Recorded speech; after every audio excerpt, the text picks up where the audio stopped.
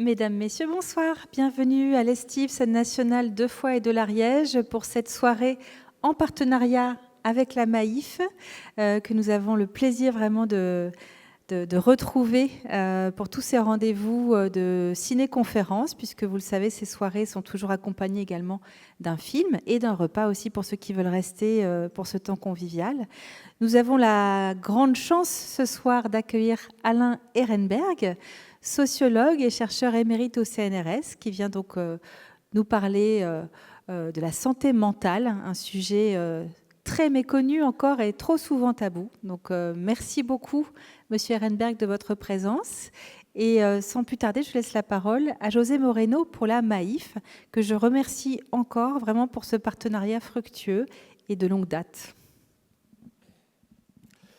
Merci et bonsoir à toutes et bonsoir à tous. Chers sociétaires, merci d'avoir répondu aussi nombreux et à notre invitation à partager, à échanger autour des propos d'Alain Ehrenberg, que je remercie de s'être rendu disponible et d'être venu à notre rencontre ici à Foix, en Ariège, pour échanger sur ce thème passionnant et ô combien d'actualité de la santé mentale ou des désordres des personnes à l'âge de l'autonomie.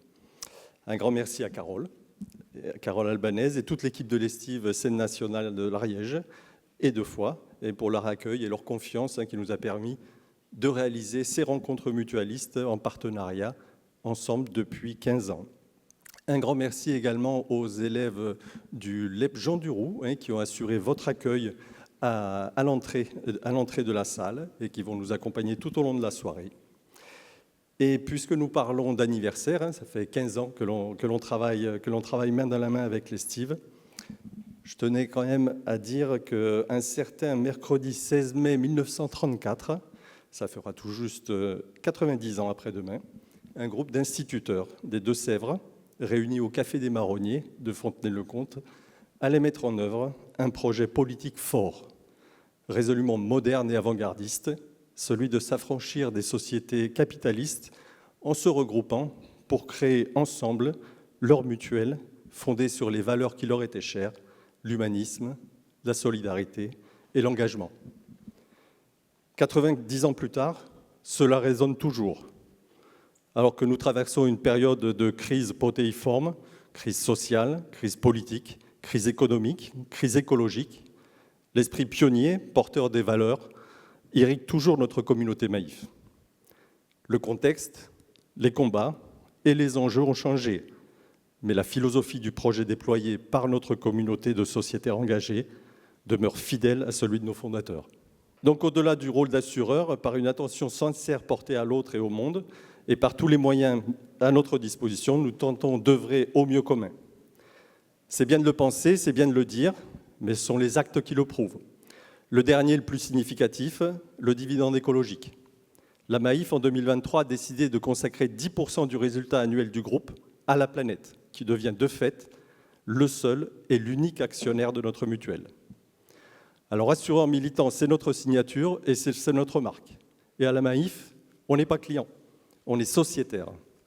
On est sociétaire engagé dans un projet collectif, porté par un collectif convaincu que son rôle, c'est d'éclairer, c'est de montrer le chemin des possibles, et c'est de permettre le débat, ce qu'on va faire ce soir. Des militants, nous le sommes tous ce soir, des militants de notre communauté Maïf.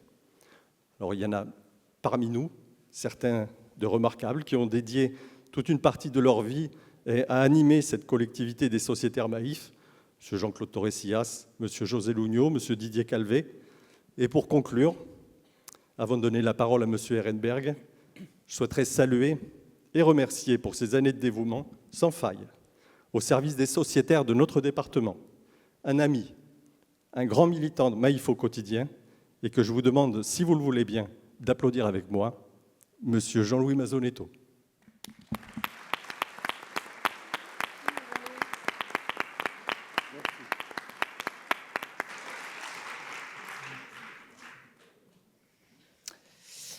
Bonsoir à toutes et à tous.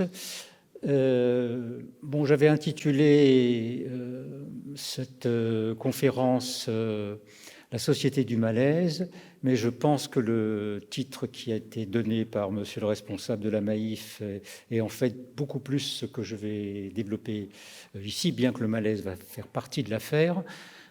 Le titre, c'est « La santé mentale ou les désordres de la personne à l'âge de l'autonomie ».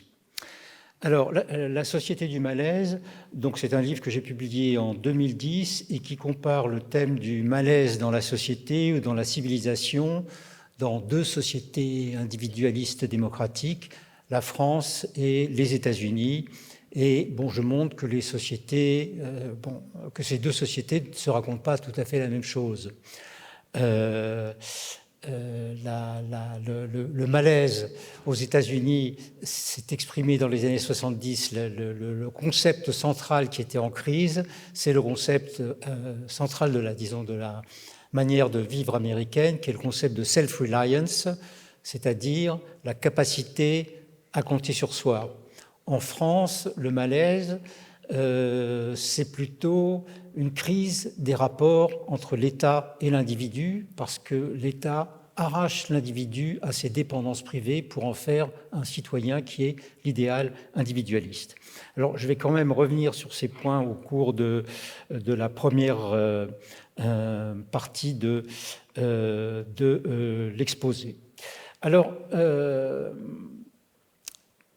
ma question de départ, c'est qu'on peut constater un souci pour les questions de santé mentale relativement récent, 30 à 40 ans, ça dépend des pays.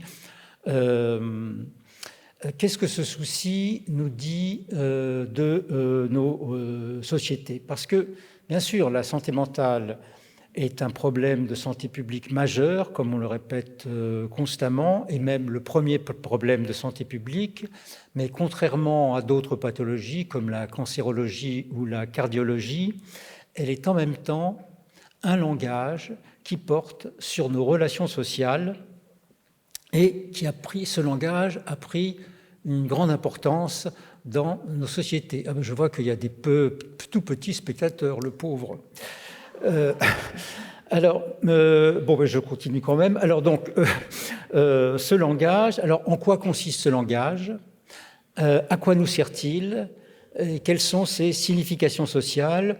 Ce sont à ces questions que je vais essayer de répondre pendant environ 1 heure. En 1991, un psychiatre raconte qu'une infirmière vient le voir, c'est un psychiatre lyonnais, et l'infirmière lui dit « Docteur, aidez-moi à comprendre, les gens ne souffrent plus comme avant. » Fin de citation. Quelques années plus tard, on est en 1998, un psychanalyste, Christophe Dejour, publie un ouvrage qui connaît pas mal de succès, « Souffrance en France ». Il y a un deuxième ouvrage qui sort la même année par la psychologue Marie-France Irigoyen sur le harcèlement moral, qui connaît également un grand écho, et on peut dire qu'il lance, entre guillemets, le sujet de la souffrance au travail. En gros, sur la France, on peut dire que depuis plus d'une trentaine d'années, les professionnels de santé mentale soulignent la présence de nouvelles souffrances ou de nouvelles pathologies, il faudra s'interroger évidemment sur le nouveau, qui résultent des transformations de la société en général, de la famille, de l'organisation du travail, de l'école. Et c'est au cours donc des années 90 que ces problèmes amorcent leur ascension chez nous, années qui vont à côté de la souffrance au travail, par exemple la notion de souffrance sociale, d'une manière générale, et toute une nouvelle clinique de la précarité est développée par un certain nombre de psychiatres. Un psychanalyste écrit au cours de ces années-là « Ce qui était invisible auparavant, car caché à l'hôpital psychiatrique, dans les cabinets des psychanalystes ou dans le secret des familles, devient un véritable phénomène de société dont on commence à mesurer l'ampleur. » Fin de citation. Alors, la psychiatrie, qui n'est pas du tout un phénomène ou une discipline nouvelle, la psychiatrie n'était pas considérée comme un phénomène de société parce que si la psychiatrie concernait certaines catégories de personnes affectées par des pathologies mentales, la santé mentale concerne tout le monde. Par exemple, que ce soit les statistiques françaises ou celles de l'Union européenne, en gros, 25% environ de la population est atteint au moins une fois dans sa vie par un trouble de santé mentale et pour l'immense majorité de la dépression et de l'angoisse. Enfin, on ne dit plus angoisse, on dit anxiété. Alors, cet exposé a 3 parties. D'abord, et ça va nous amener en quoi c'est aussi une question de société, de manière de vivre, les questions de souffrance psychique ont suscité des débats sociopolitiques ou des interprétations sociopolitiques, mais en général dans une perspective normative de critique du contemporain, de ce qui s'y passait. Donc ce sont plutôt des approches normatives que je vais exposer, auxquelles je vais proposer une approche descriptive.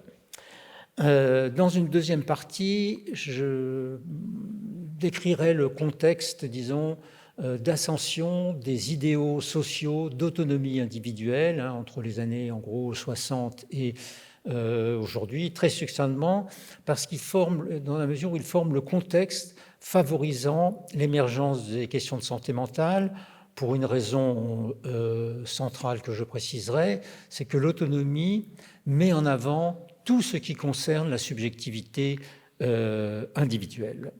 Et enfin, je terminerai par la santé mentale elle-même, que je décrirai donc comme un langage permettant de formuler les tensions morales de nos sociétés qui portent sur la socialisation de la personne, autrement dit les désordres de la personne en tant que personne, ce qui permet aussi de réguler les comportements par des pratiques multiples. La question « est-ce bien, est-ce mal ?» est une question qui vient en second. Donc, première partie. Donc, la généralisation du souci pour la souffrance psychique et la santé mentale a entraîné des débats sociopolitiques sur les relations entre ces questions de santé mentale et souffrance psychique qui se sont, semble-t-il, généralisées et les transformations des normes sociales, autrement dit sur la nature ou sur le type de société dans laquelle ces pathologies se développent. Et ces questions ont été, et en sont toujours, le point d'appui pour formuler un malaise collectif, un malaise dans la civilisation. On parle de déclin du lien social ou de la solidarité collective, de fragilisation des liens sociaux, de privatisation de la vie, de précarisation de l'existence, où nos sociétés verraient un individu surchargé de responsabilités et qui, justement, à cause de ça, un peu écrasé par la souffrance psychique. Alors, ces approches ont connu 2 vagues qui renvoient en même temps à 2 aspects de la vie sociale contemporaine. La première vague, c'est celui des pathologies de l'émancipation individuelle, enfin je vais préciser ça tout de suite, avec le thème des pathologies narcissiques. Je vais tout de suite expliquer l'enjeu. Pathologies qui ont été repérées par les psychanalystes. La deuxième vague, plutôt à partir des années 80-90, c'est celui des transformations du capitalisme, et notamment des transformations du management des entreprises et de l'organisation du travail. Et là, c'est le néolibéralisme qui fait figure d'accusé. Et donc, c'est justement ces débats qui me conduisent à l'interrogation sur, au fond, le genre de phénomène social qu'est la santé mentale. Alors, première vague. Donc, à partir des années 70, on a une première vague qui s'appuie sur une observation des psychanalystes qui suggère la chose suivante. Ils constatent que dans leur cabinet, ils ont moins affaire aux névroses classiques freudiennes qu'à des pathologies narcissiques. Alors, je caractérise en un mot les névroses classiques freudiennes qui sont des conflits entre le moi et le surmoi. Le surmoi étant d'abord la voix des parents pour les tout-petits et ensuite la normativité sociale. Alors le surmoi est interdicteur, mais il est en même temps protecteur. Et donc ces conflits s'expriment par des symptômes, bien sûr, d'anxiété, de dépression ou autres, peu importe.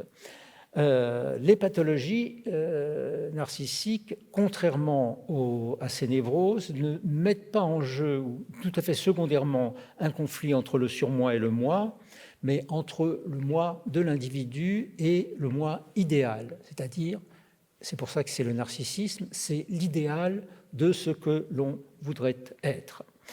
Ainsi, avec le narcissisme, peut-on lire dans une revue de l'avant-propos d'une revue de psychanalyse consacrée en 1990 à ce qu'ils appellent les cas difficiles, qui semblent être les pathologies narcissiques, des cas plus difficiles que les névroses classiques. Bon, c'est très discuté en même temps par les psychanalystes.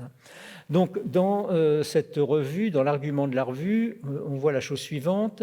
Je cite, « La psychanalyse semble évoluer vers une théorisation de l'insécurité plus que de l'interdit. » L'interdit renvoyant au surmoi. Les psychanalystes, donc, notent que ces patients sont affectés d'une sorte d'insécurité intérieure continue. Un psychiatre qui s'appelle Christian Vasseur, peu importe, qui est président de l'Association française de psychiatrie, produit un rapport en 2003 pour le congrès national de cette association. Il écrit la chose suivante dans ce rapport. « Pathologie de la liberté, il y a quelques années, la psychiatrie se reconnaît davantage dans l'étude de la pathologie du lien et des limites. » Pathologie du lien. Il ajoute « Le fil rouge de ce rapport est de souligner ce qui participe à la déliaison, à l'effritement du lien, à sa dévitalisation par insuffisance de repères, d'identité, de structure, de nomination. » Bon, on voit bien qu'il y a quelque chose qui renvoie à la vie sociale contemporaine, et il faut dire que la question des liens ne se posait pas dans les névroses classiques, pas plus que les questions d'identité. Alors, à partir de ce type de troubles et cette façon de les appréhender, toute une sociologie que j'appelle normative, au sens où elle met en acculation les nouvelles normativités de la vie sociale qui, en gros, se développent à partir des années 60 et surtout 70-80.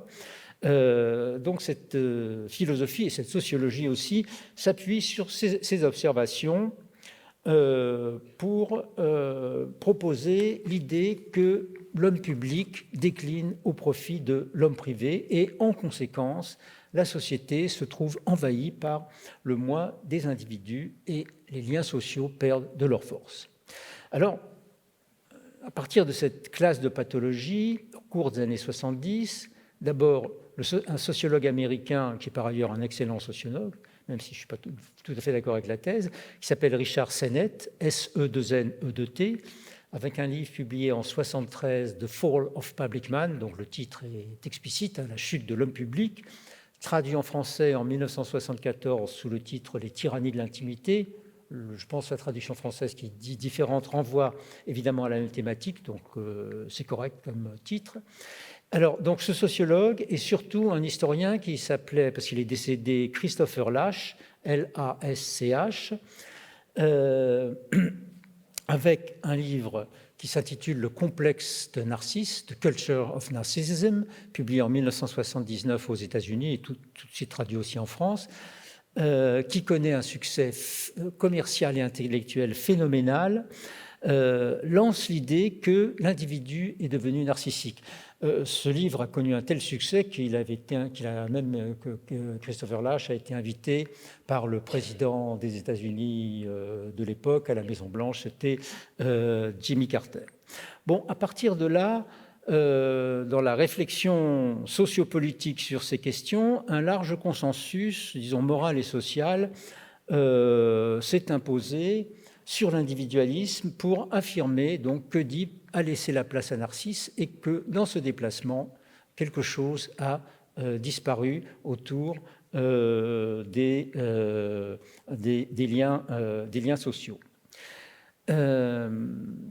Alors, par exemple, pour passer à la France, c'est plutôt dans les années 80-2000, le surmoi s'affaiblissant, l'homme devient sans gravité. L'homme sans gravité, c'est le titre d'un ouvrage d'un psychanalyste publié en 2002. Donc la formule résume l'idée, enfin le titre résume l'idée générale. Le philosophe Marcel Gauchet, notamment dans un ouvrage de 1998, écrit que nous avons affaire à un individualisme de déliaison et de désengagement, c'est-à-dire qu'on ne fait plus société, voilà ce que ça veut dire, qui donne lieu à des, je cite encore, des pathologies du vide intérieur. En gros, le fondement de la démonstration se ramène à une proposition: les personnalités sont plus désorganisées aujourd'hui qu'hier en raison d'une accélération de la dynamique d'individualisation qui n'est plus tempérée, disons, par la coercition sociale qui tenait les individus et par le conflit psychique névrotique qui les structurait. Donc, cette déferlante a pour trait majeur, je vais citer encore une dernière fois Gauchet, le fait que le verrou de l'obligation sociale a sauté. Je cite: « L'individu contemporain aurait en propre d'être le premier individu à vivre en ignorant qu'il vit en société. » Et il y a là un point de confusion majeur sur lequel je vais revenir et qui grève tout le raisonnement, c'est-à-dire cette idée que l'individu contemporain ignore qu'il vit en société. Bon, en tout cas, les psychanalystes, eux, ont tendance à penser qu'ils ont moins affaire à une clinique de l'interdit de la culpabilité, qui était au fond caractéristique d'une société disciplinaire où l'organisation du travail était de type fordienne ou taylorienne, et plus à une clinique de l'idéal qui caractérise une société de l'émancipation individuelle. Alors, pour commencer à introduire un élément qui est tout à fait central sur le malaise, on va revenir un siècle en arrière, dans un article de Freud de 1908, où il discute des rapports entre la civilisation et la maladie nerveuse, comme il l'intitule, c'est-à-dire la névrose. Et c'est la morale sexuelle qui est son point d'analyse et qui est la cause de cette maladie nerveuse, comme il écrit, qui se répand si rapidement dans notre société contemporaine. Alors, il remarque quelque chose qui m'a frappé. Il remarque que les patients qui succombent à la maladie nerveuse viennent souvent de familles aux origines modestes et qui se sont élevées rapidement dans l'échelle sociale. Bon, au début du XXe siècle, qu'on soit à Paris ou à Vienne, on est dans une société où les distances entre les classes sociales sont très fortes, entre les sexes aussi, comme entre les générations, et disons, ces rapports sont des rapports de type plutôt hiérarchique. Donc, celui qui s'élève dans la société est souvent considéré comme un parvenu, c'est-à-dire qu'on n'est pas dans la société où les idéaux de mobilité sociale sont partout. Alors, il ajoute la chose suivante. Je cite: « Cela rend le médecin pensif quand il entend dans son cabinet, nous voulions être quelque chose de mieux que nous ne le pouvions de par notre provenance. » Pourtant, il ne s'appesantit guère sur ce point qui m'apparaît tout à fait essentiel, en ce que l'aspiration à être quelque chose de mieux que notre provenance s'est démocratisé, s'est généralisé dans nos sociétés. En France, ça s'amorce, disons, à partir des années 60. Alors, s'il n'y a évidemment aucune raison de contester les changements dans la psychopathologie constatés par les cliniciens, en revanche, il y a de bonnes raisons de le faire concernant l'interprétation sociologique avancée, à savoir la thématique de l'affaiblissement des liens sociaux, de la désinstitutionnalisation, etc. Donc, cela implique de clarifier ce dont on parle quand on parle de liens sociaux ou de relations sociales. Je dis juste un mot en une minute de la deuxième vague. C'est à partir des années 80-90. Ce sont les transformations du capitalisme et de l'organisation du travail, disais-je. Autrement dit, le néolibéralisme qui est en cause. L'un des peut-être le plus connu des représentants de cette critique du néolibéralisme est le philosophe et sociologue allemand Axel Honneth, qui a la chaire de philosophie de Francfort, et donc c'est l'héritier de l'école de Francfort. Pour lui, le néolibéralisme est responsable des maladies de la société. C'est le titre d'un de ses articles qu'on peut trouver en français. Pourquoi ? Parce qu'il réduit les sujets humains à des choses en exploitant leurs émotions. Et il oppose à cette réification des individus une politique de la reconnaissance. Bon, peu importe, je ne vais pas rentrer dans les détails, mais il s'agit donc d'un mal social qui doit être traité, selon lui, par des changements politiques profonds. Alors, cette référence à un mal social, qu'il s'agit de la critique du néolibéralisme ou des mœurs émancipées, elle n'est pas fausse, parce que ces questions soulèvent des problèmes moraux, voire politiques, qui sont tout à fait réels dans la vie sociale et le monde du travail, mais elles ont le défaut, disais-je, d'être normatives, de poser la question est-ce bien, est-ce mal? Or, la sociologie doit d'abord être descriptive et donc normative. La question du sociologue est, selon je reprends une formule d'un sociologue américain qui s'appelait Erving Goffman, G-O-F-M-A-2-N, la question du sociologue est que se passe-t-il ici? Et c'est une question que je prends totalement à mon compte. Alors, par rapport à ces approches, il faut faire, je vous propose une petite dose de philosophie pour clarifier la notion d'individualisme. Parce que ces approches reposent sur une confusion entre individu et individualisme qu'il faut distinguer.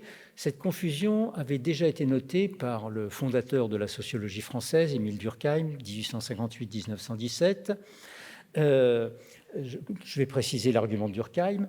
C'est une confusion entre individu et individualisme, ce qui conduit à opposer, comme on le fait couramment toujours aujourd'hui, l'individu et le collectif ou le social ou le commun. Collectif, social, commun, ça recouvre, disons, la même chose. Alors que l'individu et le collectif ou le social sont deux faces de la même pièce. Alors, en quoi consiste la confusion, dit Durkheim ? On prononce le mot individualisme comme s'il s'agissait de quelque chose d'individuel. Ce n'est pas du tout quelque chose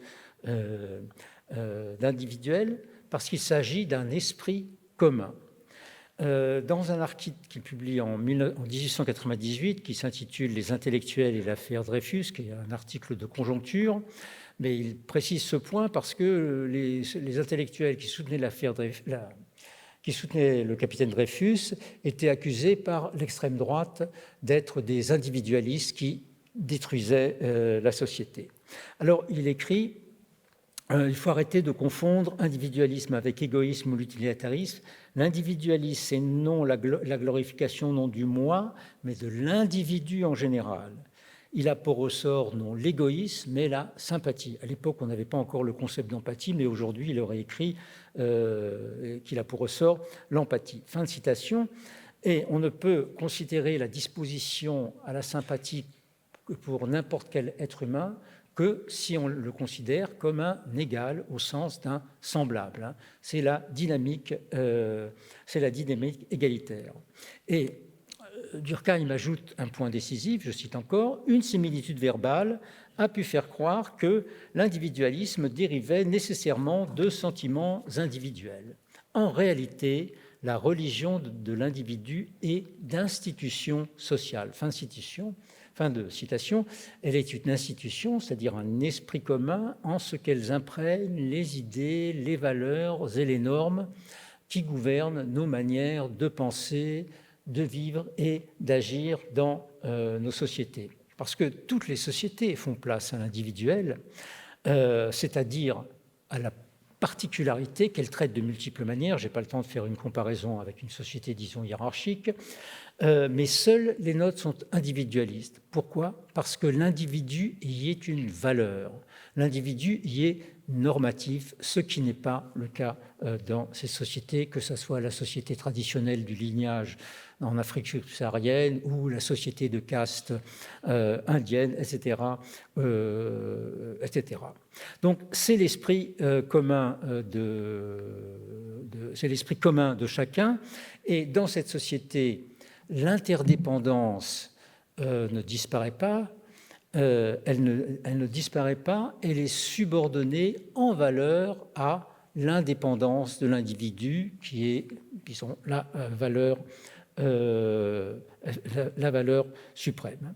Donc l'interdépendance est subordonnée en valeur. De là, le sentiment qu'elle peut disparaître. Durkheim, que je cite, je crois, pour la dernière fois dans cette conférence, le dit en 1906, c'est une conférence devant la Société de philosophie, je cite, « Le sentiment de l'obligation varie sans cesse, et même si l'on perd de vue cette variabilité, on peut croire par moments qu'il disparaît simplement parce qu'il se modifie. » Et il termine en disant « C'est ce qui arrive aujourd'hui, donc début du XXe siècle, dans la société française.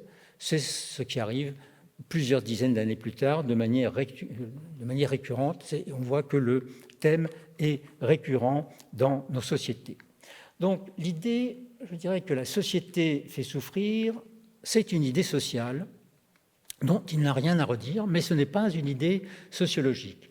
Et donc, s'il faut relativiser ces formules pour comprendre ce qui se passe avec ces questions de souffrance psychique, de santé mentale, de changement des formes pathologiques, etc., ces formules suggèrent quand même... ces formules nous disent que ces questions nous disent quelque chose à propos de nous-mêmes en tant que société, en tant qu'association humaine concernant la valeur de nos relations sociales.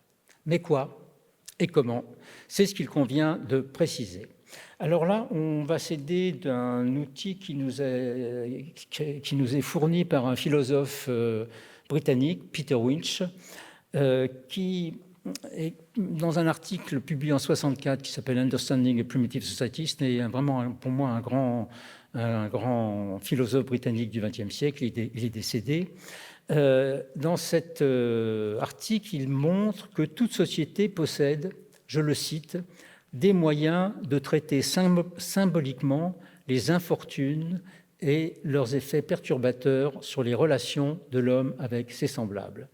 C'est ce qu'il appelle une attitude à l'égard de la contingence. Et cette attitude, qui est très variable selon les sociétés, permet de traiter un certain nombre d'infortunes. Et justement, mon hypothèse générale, c'est que la santé mentale est une telle attitude à l'égard des contingences, des relations sociales, dans une société qui est désormais imprégnée par les idéaux sociaux d'autonomie individuelle et par ces idées-là. Et donc, ça a pour conséquence, comme je l'ai dit en début d'exposé, que tout ce qui concerne la subjectivité individuelle occupe une place de premier plan dans nos relations sociales. Il y a donc moins, pour terminer cette première partie, qui est la plus longue, un déclin de l'institution qu'un changement global de l'esprit de l'institution, des manières de faire société dans une société justement où les désordres de la personne et donc plus largement tout ce qui concerne la subjectivité individuelle occupent une place centrale à travers donc cette nouvelle habitude collective qu'on appelle la santé mentale. Alors, la santé mentale se développe dans un contexte de transformation des idéaux sociaux qui est l'ascension des idéaux d'autonomie. Bon, l'autonomie, c'est la capacité à agir de soi-même, elle existe, elle caractérise, disons, l'action humaine en général. Ce qui est nouveau, c'est qu'elle est devenue un idéal commun. Et l'histoire récente de l'ascension des idéaux d'autonomie doit être abordée en deux temps. Dans un premier temps, années 60-70, l'autonomie devient une aspiration collective et dans un second temps, à partir des années 80-90, elle devient la condition commune. Avec elle, avec l'autonomie, la société tout entière devient individualiste. On peut d'ailleurs, moi j'appelle cette situation le tournant personnel de l'individualisme. Alors, commençons par le premier temps de l'autonomie qui devient une aspiration collective, dans le cadre, en France, d'un État qui développe, après la guerre, fortement la protection sociale, les équipements, développement de l'éducation, puisqu'on va passer au début des années 60 à la scolarité obligatoire jusqu'à 16 ans, le développement de la consommation de masse et aussi le mouvement de libéralisation des mœurs qui atteint les sociétés européennes et nord-américaines au cours des années 60. Alors, En gros, l'autonomie comme aspiration collective se caractérise d'abord par des valeurs de choix, de liberté de choix et de propriété de son propre corps. Donc ça amène indépendance, épanouissement personnel, etc. Et en même temps, c'est une extension des idéaux sociaux d'égalité. La problématique, enfin la question de l'égalité homme-femme, donc de la réduction des distances entre les sexes, devenant la thématique centrale. Donc, les mouvements d'émancipation des mœurs, donc, qui sont cristallisés, comme on le sait chez nous, par mai 68, portent ces valeurs. Donc, avec l'autonomie, c'est la société qui devient individualiste et, dans ce premier moment, un individualiste de type plutôt hédoniste. C'est d'ailleurs aussi au cours de cette période que la psychanalyse se diffuse en France et devient une référence dominante dans les années 70 pour les prises en charge, en tout cas en libéral ou dans les CMP, peut-être pas à l'hôpital psychiatrique. Bon, peu importe. Hein. La psychanalyse est tellement populaire en France qu'une sociologue américaine publie en 1978 un livre qui s'intitule « La France freudienne ». Bon, alors, donc, pendant cette décennie, on a de multiples psychothérapies qui se développent en tous sens, de type psychodynamique, plus ou moins inspirées par la psychanalyse.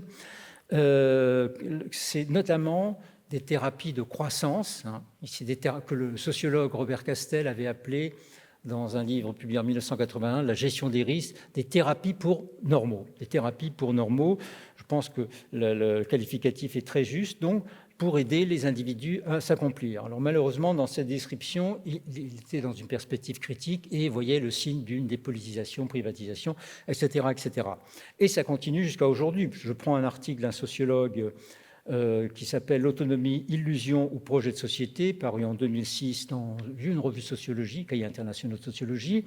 Il écrit « Les individus d'aujourd'hui paraissent beaucoup moins sous l'emprise de l'hétéronomie, c'est-à-dire de l'obligation sociale, pour lui l'hétéronomie, que ne l'était leur père. Ils puisent nettement moins que ces derniers les principes de leurs actions dans les règles sociales. » Donc pour lui, règles sociales, c'est hétéronomie, contrainte qui vient de l'extérieur.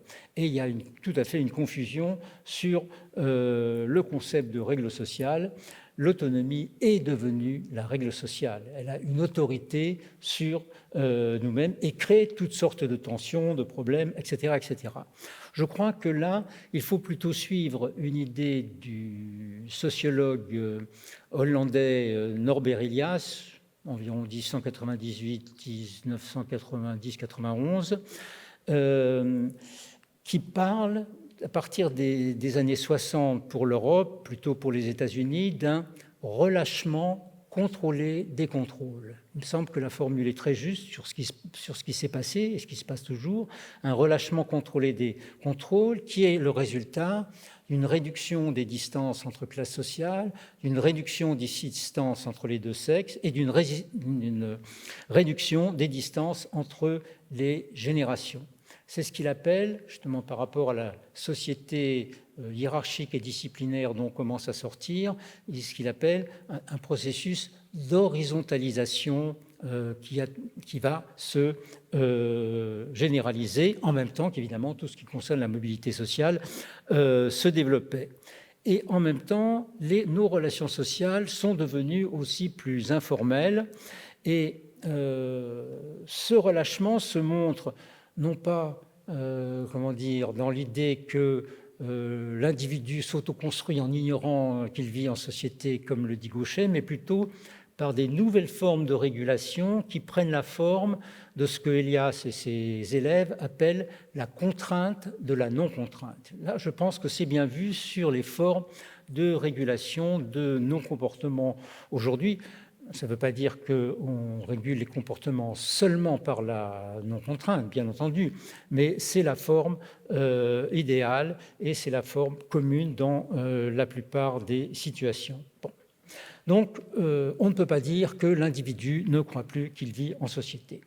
Alors, ça, c'est l'autonomie comme aspiration. À partir des années 80, l'autonomie devient la condition commune et commence à imprégner l'ensemble des relations sociales dans le nouveau contexte qui est celui de la mondialisation. Alors, l'autonomie comme condition commune se caractérise d'abord par l'approfondissement de la dynamique d'émancipation, de choix, etc.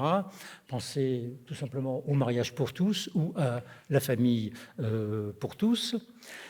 Ensuite, par la valorisation de l'action, de l'initiative, de la motivation, de l'engagement subjectif et de la responsabilité individuelle. Et là, c'est le marché du travail et de l'emploi qui en est l'épicentre. Et ce marché, de même que l'organisation du travail en entreprise, exige aujourd'hui moins des qualifications, bien sûr, il en faut toujours, que des compétences cognitives et sociales, compétences cognitives et sociales qui sont deux mots-clés de notre époque. Donc, si la phase de l'autonomie-aspiration était une révolution expressive, celle de l'autonomie-condition est plutôt une révolution de l'action individuelle, c'est-à-dire qu'on est entré dans une société où l'on attend de chacun qu'il soit un acteur, qu'il s'agisse de sa carrière professionnelle ou de sa maladie. Donc, l'autonomie comme condition veut dire qu'elle reste une aspiration de masse, mais qu'elle est devenue un système d'attente collective à l'égard de chacun, c'est-à-dire que l'autonomie, aujourd'hui, est devenue normative, elle est un impératif. Et dans ce contexte, la capacité à s'affirmer de manière appropriée devient un élément central de la socialisation à tous les niveaux de la hiérarchie sociale. Et je prends en un mot l'organisation des entreprises, c'est-à-dire le passage du travail divisé de l'organisation fordienne taylorienne à l'organisation flexible. C'est exemplaire de ce type d'attente. Dans le travail divisé, le problème pour les managers, c'est de coordonner l'action à partir d'un centre organisateur. Et les qualités requises sont des compétences techniques, mais comme compétences, je dirais, sociales, c'est l'exécution. Donc la discipline est de type mécanique.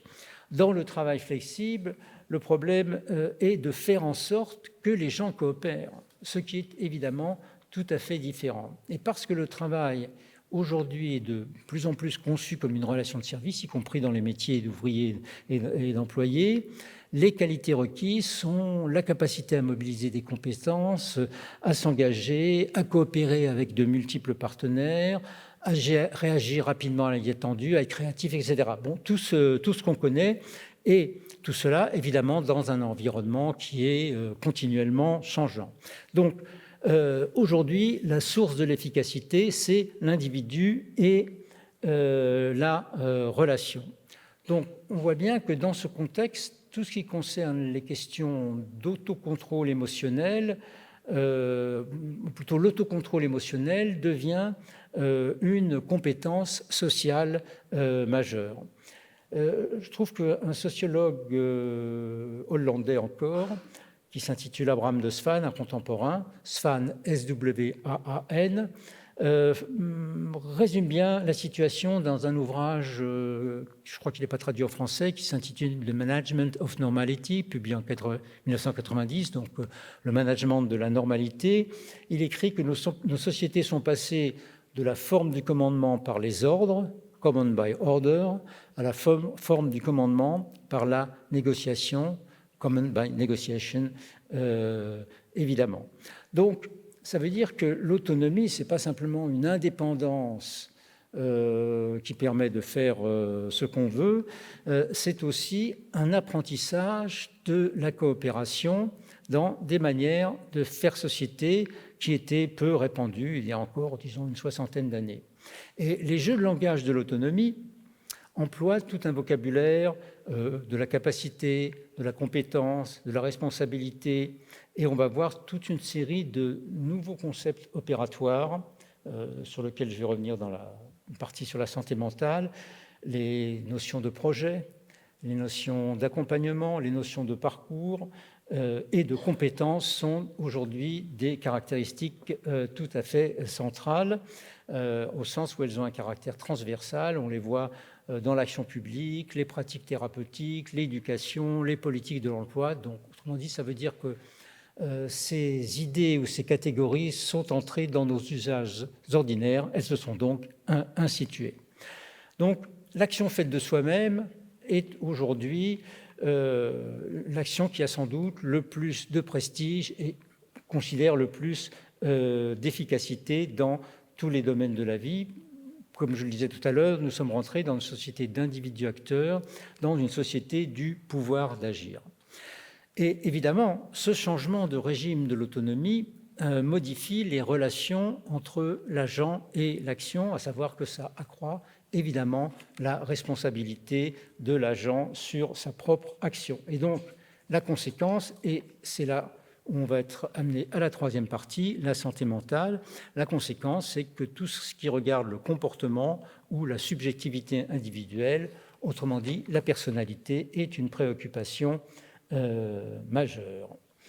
Donc, les relations entre capacité à agir de soi-même, responsabilité, autocontrôle émotionnel sont les cibles cruciales de l'action publique en santé mentale, parce que justement, la santé mentale est le domaine où ces relations sont en tension. Alors, la santé mentale, mais au fond, pourquoi la santé mentale ? La spécificité des pathologies mentales dans la morbidité humaine en général, c'est qu'elles concernent à la fois les idées, par exemple le délire ou les hallucinations, elles concernent aussi les émotions, comme l'angoisse, et les sentiments moraux, comme la honte et la culpabilité. Ce sont, pour reprendre la vieille expression d'un psychiatre qui a été très important en France, qui s'appelait Henri Y, ce sont des pathologies de la liberté. Par liberté, ça veut dire que ça affecte les relations sociales, la socialisation de l'individu. Et finalement, les symptômes portent sur les aspects les plus fondamentaux de la vie humaine. La honte et la culpabilité, c'est évidemment des caractéristiques qui sont fondamentales. Et donc, dans ce domaine de la santé et la socialité de l'être humain sont tout à fait inséparables. Et donc, je crois qu'il faut considérer que ce que nous appelons, nous, pathologies mentales, sont des troubles fonctionnels de la socialité que l'appellation désigne des ratés de la socialisation. Donc, ce sont des troubles de la personne en tant que personne. Ce n'est pas un organe qui est atteint, même si bien sûr, mais là ça serait l'objet d'un autre exposé, avec l'ascension des neurosciences cognitives qui prennent plus ou moins aujourd'hui la place de la psychanalyse, la question de cerveau, donc du sub-individuel, est évidemment posée, mais je laisse ce point de côté. Donc des troubles de la personne en tant que personne. Pensons au ralentissement psychomoteur dans la dépression qui se marque par des difficultés à agir, ou l'hyperactivité pour les enfants, pour les questions d'échec scolaire. Mais il y a aussi une santé mentale positive. La santé mentale n'est pas que la souffrance psychique. La santé mentale positive, qui est définie par l'Organisation mondiale de la santé, qui apparaît non comme une fin en soi, être bien, quoi, mais comme une ressource, précise l'OMS, pour se confronter aux aléas de l'existence. Évidemment, se confronter aux aléas de l'existence, on est en plein dans la question des relations sociales, donc dans une société qui exige un fort contrôle émotionnel et pulsionnel, pour parler comme les psychanalystes, pour s'accomplir dans la vie. Et donc, bien entendu, ces exigences d'autocontrôle donnent une place majeure au désordre de la personne. Alors, parce que la santé mentale concerne la socialisation de l'individu moderne, elle met en jeu des éléments essentiels de nos sociétés qu'ont perçu les perspectives critiques, mais que ces perspectives ont mal analysées, à mon sens. Donc, des éléments essentiels de nos sociétés comme la valeur que l'on se donne, l'opposition entre la pathologie et la responsabilité. Elle soulève des questions morales concernant le bien et le mal, la justice et l'injustice. Pensez à la question donc de la souffrance au travail. En même temps, la santé mentale représente une reconceptualisation de la santé en général, à savoir qu'à travers elle, les contingences des relations sociales sont au cœur de la santé. Et de ce point de vue, je dirais que la santé mentale sociologiquement, désigne l'entrée des relations sociales dans la santé. Parce que si l'on accepte que nous sommes à la fois les agents et les patients de la vie sociale, je dis qu'aux manières, je dis qu'aux changements dans les manières d'agir en société que représente l'idéal d'autonomie correspondent des changements dans les manières de subir en société qui se formulent dans le langage de la santé mentale. Action, passion, il y a un couple interdépendant. Donc les pratiques de santé mentale représentent une attitude commune à l'égard de la contingence des relations sociales dans notre société de l'autonomie comme condition.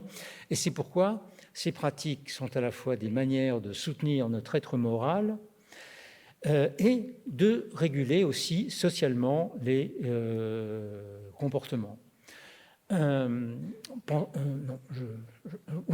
Pensons par exemple au vocabulaire omniprésent des compétences émotionnelles, relationnelles, de savoir-être, etc. Bon, tout le baratin qu'on connaît. La santé mentale, là, apparaît comme la condition de la bonne socialisation de chacun.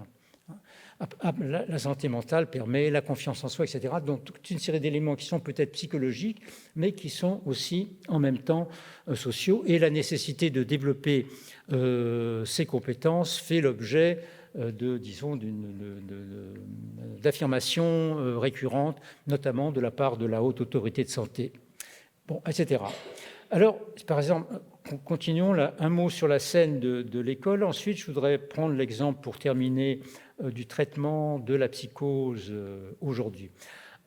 Sur la scène de l'école et de l'éducation, je prendrai l'exemple d'un rapport qui était fait par la pédopsychiatre Marie-Rose Moreau et l'inspecteur général de l'Éducation nationale Jean-Louis Brison, qui s'intitule « Bien-être et santé des jeunes », qui est remis en 2016 au ministre de la Santé et à celui de l'Éducation nationale. Alors, il souligne qu'il y a déjà une loi de refondation de l'école de 2013 qui met l'accent sur, je cite, met l'accent sur la nécessité de faire évoluer en profondeur la prise en compte par l'école des difficultés psychologiques rencontrées par les jeunes.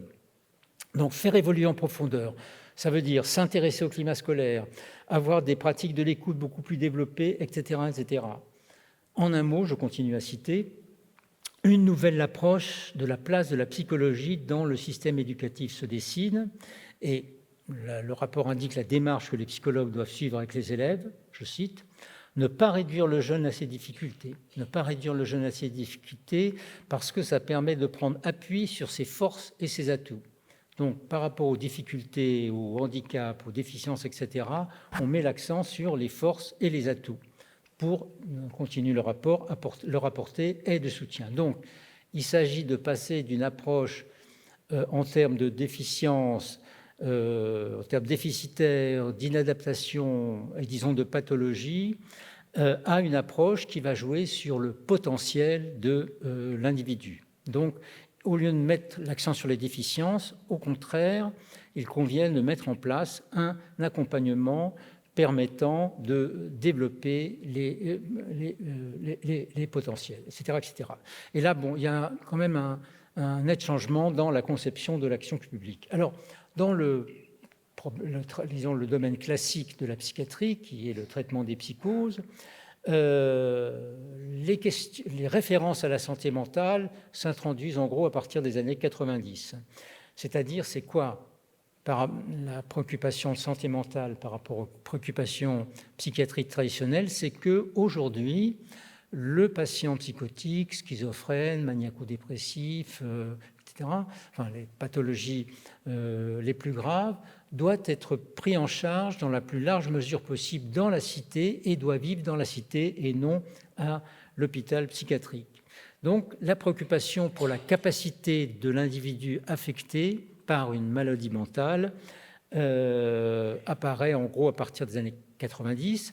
En 1990, il y a une circulaire du ministère de la Santé relative aux orientations de la santé mentale qui précise qu'aujourd'hui, tous les troubles mentaux doivent être, dans la plus large mesure possible, traités dans l'ambulatoire, c'est-à-dire dans les centres médicaux psychologiques, adultes comme enfants.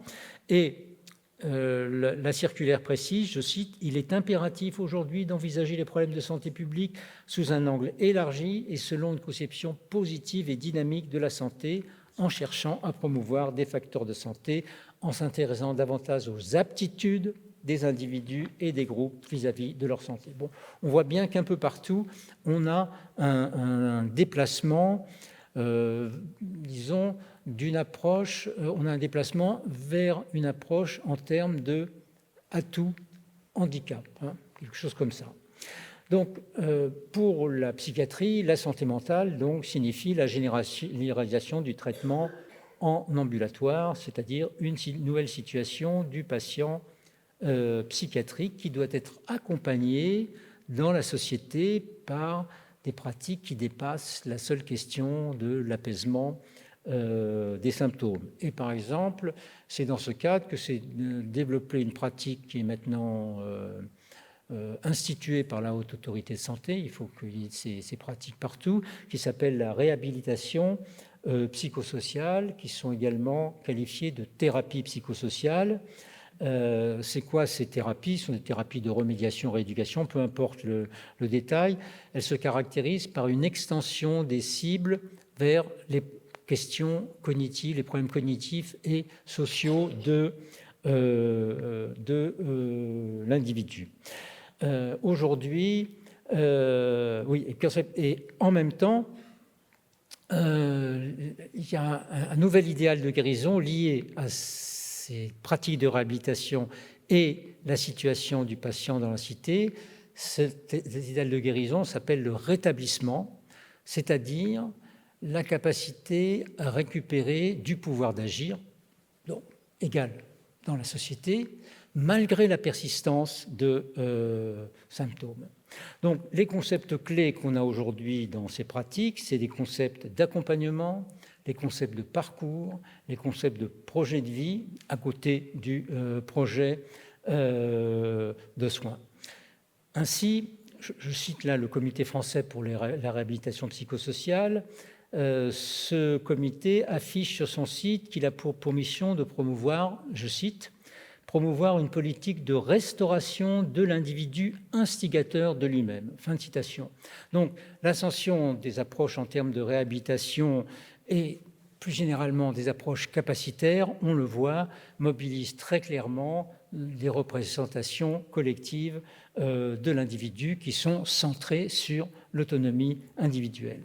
Et l'un des plus puissants, je pense, idéaux de cette société de l'autonomie-condition, c'est l'individu capable, quelles que soient ses difficultés, de connaître malgré tout des accomplissements en convertissant, en travaillant sur, ou en étant aidé à travailler sur ses atouts. Et cet idéal, j'appelle l'idéal du potentiel caché, c'est la forme sociale spécifique par laquelle des populations disons, qui étaient auparavant diagnostiquées comme malades mentales, qui étaient traitées au sein d'institutions que le sociologue Erving Goffman, que j'ai cité tout à l'heure, appelait des institutions totales, parce qu'elles prennent en charge la totalité de la vie de l'individu.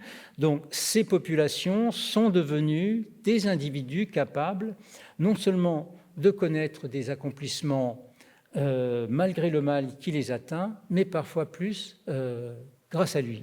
C'est ce que le neurologue Oliver Sacks, qui est décédé il y a quelques années, et si vous avez jeté un œil sur ses livres, c'est un incroyable conteur. Tous ces livres sont composés de cas extrêmement divers, parfois tout à fait spectaculaires, et ça se lit comme un roman, si je puis dire. Oui, c'est ce que Sacks a appelé le caractère créatif de la maladie, le fait que la maladie ne soit pas seulement quelque chose de positif. Et on a aujourd'hui une figure d'identification dans la société, c'est la figure de l'autiste dit de haut niveau ou à intelligence normale. C'est-à-dire l'autisme est passé des fins fonds de l'arriération mentale au statut de super individu. Avec, vous avez des militants de l'autisme qui parlent de la neurodiversité, et donc le handicap est transformé en différence et en compétence. Par exemple, la jeune militante que tout le monde connaît, écologiste Greta Thunberg, qui est affectée par ce type d'autisme, dit l'autisme n'est pas une maladie, mais une forme de vie. Bon. Malgré le fait, il faut quand même le rappeler, que 80 à 90% des enfants atteints d'autisme n'atteignent pas le niveau du langage.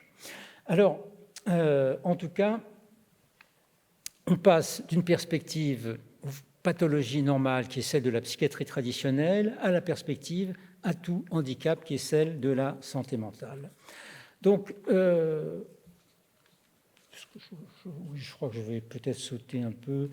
Oui, parce que je voulais donner quelques éléments des projets de loi qui ont institué les notions d'accompagnement, de projet de vie. Par exemple, une loi de janvier 2002 qui réforme l'action sociale et médicale institue le projet de vie et le concept d'accompagnement.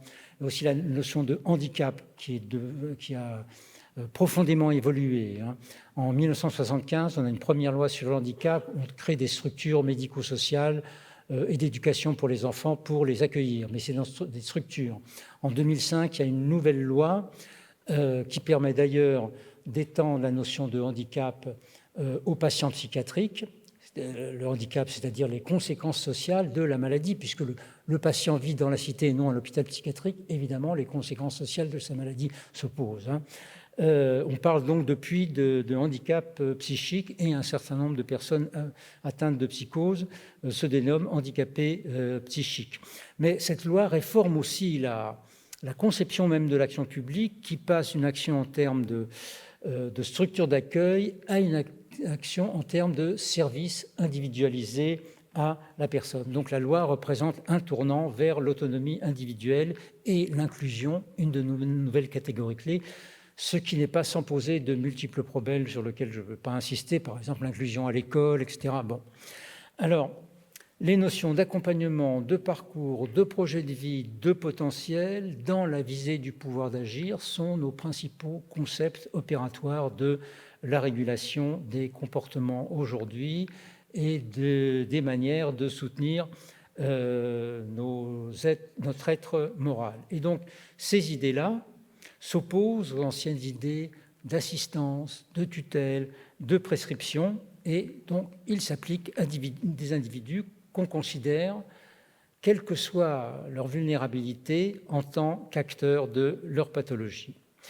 Donc tout ça, ça fait partie des nouveaux modes de régulation des comportements par l'autonomie. Alors, je vais encore dire 2-3 choses sur la psychose, mais je pense que j'en ai dit assez. Je vais conclure en 2 minutes. 2 points.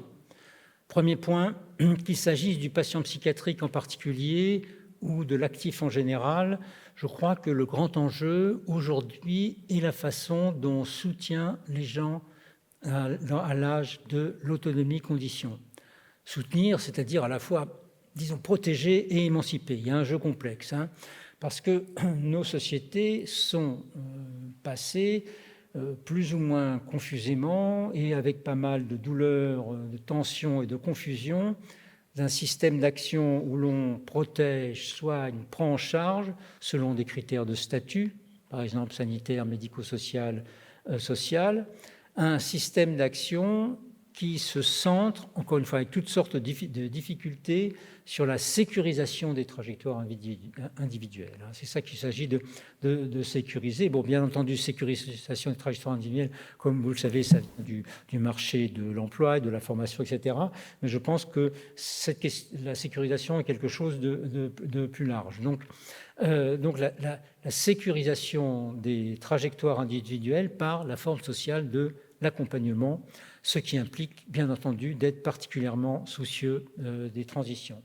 Autrement dit, nous sommes totalement entrés dans une société où il s'agit de développer des formes d'organisation sociale qui rend l'individu capable de se diriger par lui-même dans la plus large mesure possible. Et cette mesure peut être très faible, évidemment.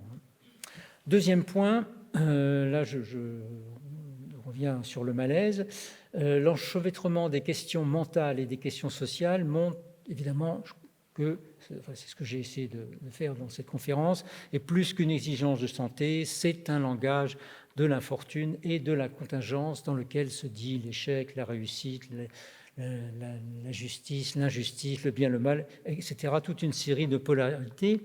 Mais parce que c'est toute une série de polarités, on peut dire que c'est dans le langage de la santé mentale que s'expriment aujourd'hui de nombreux conflits et tensions de la vie en société, voire encore une fois la souffrance au travail, et que c'est dans son vocabulaire, dans le vocabulaire de la santé, que nous puissions des raisons d'agir sur ces conflits et tensions. Donc, c'est au fond à travers ces mots que nous comprenons aussi nos mots personnels comme des mots communs, comme des mots sociaux.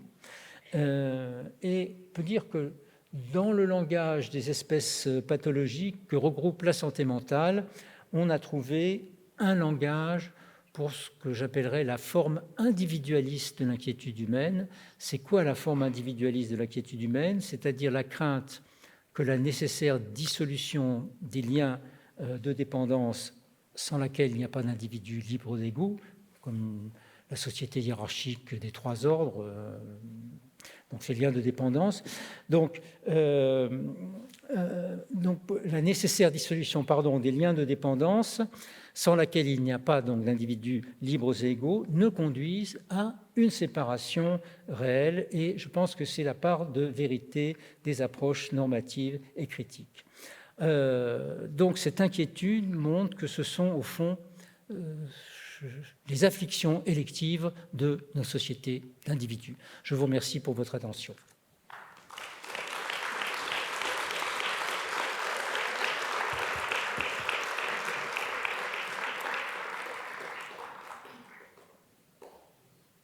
Bonsoir, merci pour votre exposé. Je ne prétends pas à une pensée claire et ordonnée. Je vais vous livrer ce qui me vient là maintenant à chaud. Oui, deux remarques, la deuxième étant plutôt une question. La première remarque, lorsque vous parlez d'idéal de potentiel caché, donc cette idée, si j'ai bien compris, selon laquelle finalement le handicap est transformé en ressource, ce qui nous entrave devient plutôt un potentiel, une force, un atout.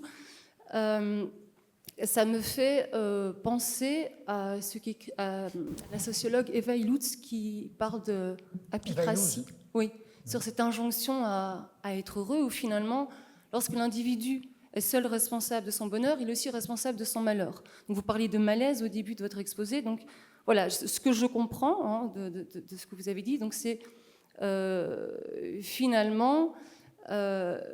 nous sommes seuls à porter sur nos épaules d'individus l'échec de la non-actualisation de notre potentiel, ce qui, si j'ai bien compris, serait à l'origine je vais nuancer, du malaise. Continuez. Je vous remercie.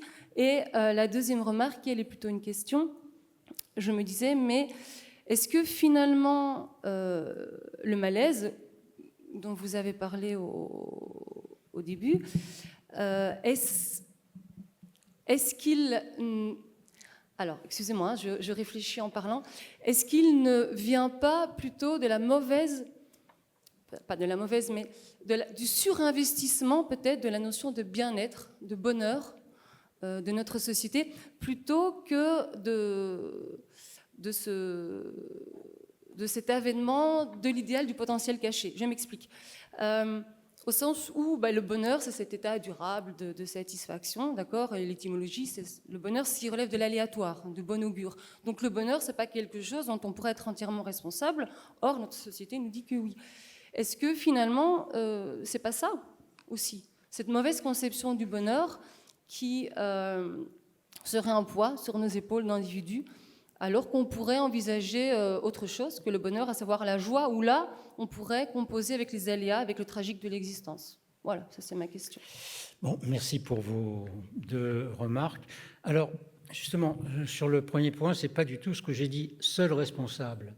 C'est plutôt les positions d'Eva Illouz, qui fait une critique du capitalisme contemporain, différemment disons, je ne suis pas d'accord avec elle, mais en même temps, je considère que c'est une bonne sociologue. Elle a fait pas mal d'enquêtes intéressantes, mais je ne suis pas d'accord avec l'interprétation qui est, bon, cette idée qu'aujourd'hui, on est seul responsable. Tout ce que j'ai essayé de faire, dans cet exposé, c'est de montrer qu'il y avait, je ne suis pas rentré dans le creuset des institutions, mais en montrant qu'aujourd'hui nous avons de nouveaux concepts comme accompagnement, projet, etc. C'est-à-dire vous avez des acteurs qui sont là dans l'action publique, à l'école, etc., qui justement ne laissent pas l'individu seul responsable, mais ont des pratiques qui visent à développer la capacité à être responsable. Et là, toutes les inégalités sociales se posent, particulièrement à partir de l'école. Par ailleurs, il y a aussi une critique de l'école française qui ne joue pas assez sur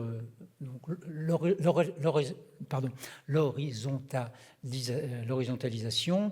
On met souvent en exemple les Finlandais, etc. Donc, c'est pas, je trouve, c'est une illusion critique de parler de l'individu sur responsabilité et donc surresponsabilisé et donc qui est tout seul, bien que ça corresponde à des ressentis sociaux qu'il n'y a aucunement à critiquer.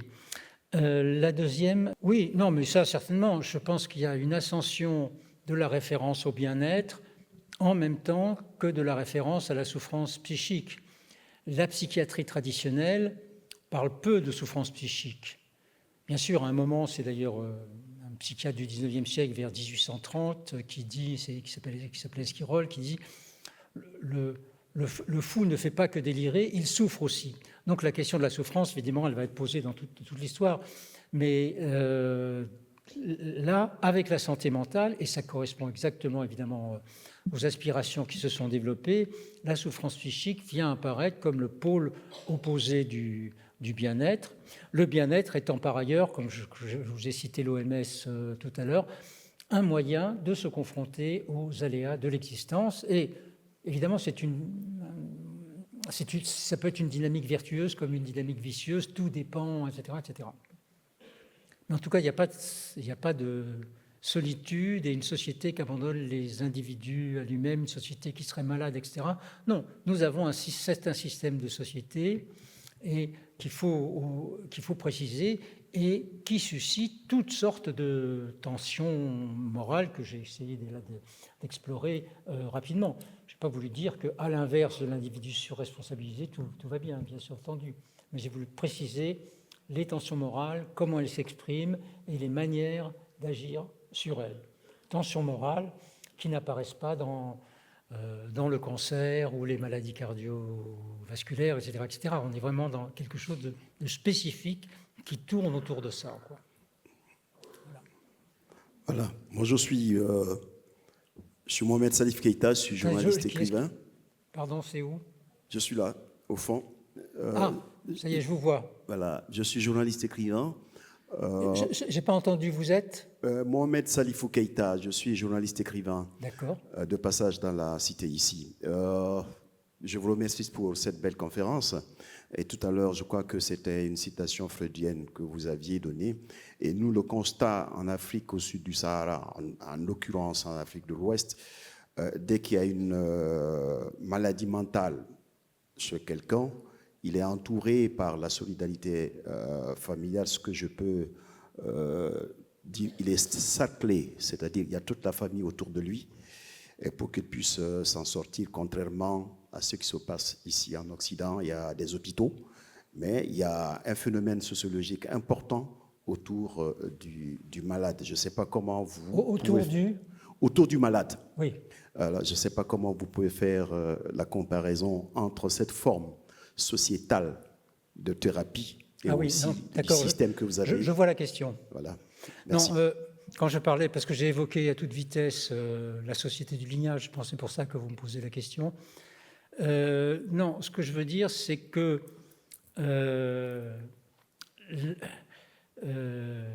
comment dire, l'individu qui inquiète, donc le désordre de la personne en tant que personne, on les trouve dans des sociétés qui ne sont pas individuelles. Alors, bien entendu, aujourd'hui, la société du lignage, elle est rentrée dans la modernité, etc. Mais je pense à, disons, la société plus traditionnelle il y a encore une quarantaine d'années. Ces désordres, ils existent, mais ils ne se formulent pas du tout de la même manière et font l'objet de pratiques tout à fait différentes. Je pense par exemple à un cas qui est exemplaire en fond de la façon de traiter le désordre de la personne. C'est l'enfant, c'est au Sénégal, c'est l'enfant Nitku Bon. Je ne sais pas si vous connaissez. C'est-à-dire, c'est un enfant dans la société traditionnelle, le village, c'est un article de 65, c'est un enfant, alors aller vers les autres, échanger les paroles, la nourriture, être avec les autres, c'est quelque chose de très important traditionnellement dans ces sociétés, c'est la norme. Lui, il reste seul, il baisse la tête, il ne parle pas. Et donc, voilà, c'est la relation sociale, je ne vais pas décrire la normativité du lignage, mais ce sont les relations sociales ordinaires qui sont mises en cause et qui inquiètent dans cette personne. Alors, les pratiques consistent à faire un diagnostic. Est-ce que c'est un ancêtre qui s'est réincarné en lui ou un esprit, etc. Et par exemple, on va monter un hôtel pour, etc., etc. Donc, ce que je voulais dire, c'est ça, c'est que ces désordres, concernant la relation sociale elle-même, elles existent dans toute société. Mais l'enfant né de Coburn, traditionnellement, on s'en fout s'il souffre. Enfin, je veux dire, c'est pas la question dans cette société. Précisément, parce qu'elle n'est pas individualiste, la question, c'est le trouble des relations sociales, de la famille, et c'est ça qu'il s'agit de... C'est ce trouble dont il s'agit de comprendre les raisons et sur lesquelles il s'agit d'agir.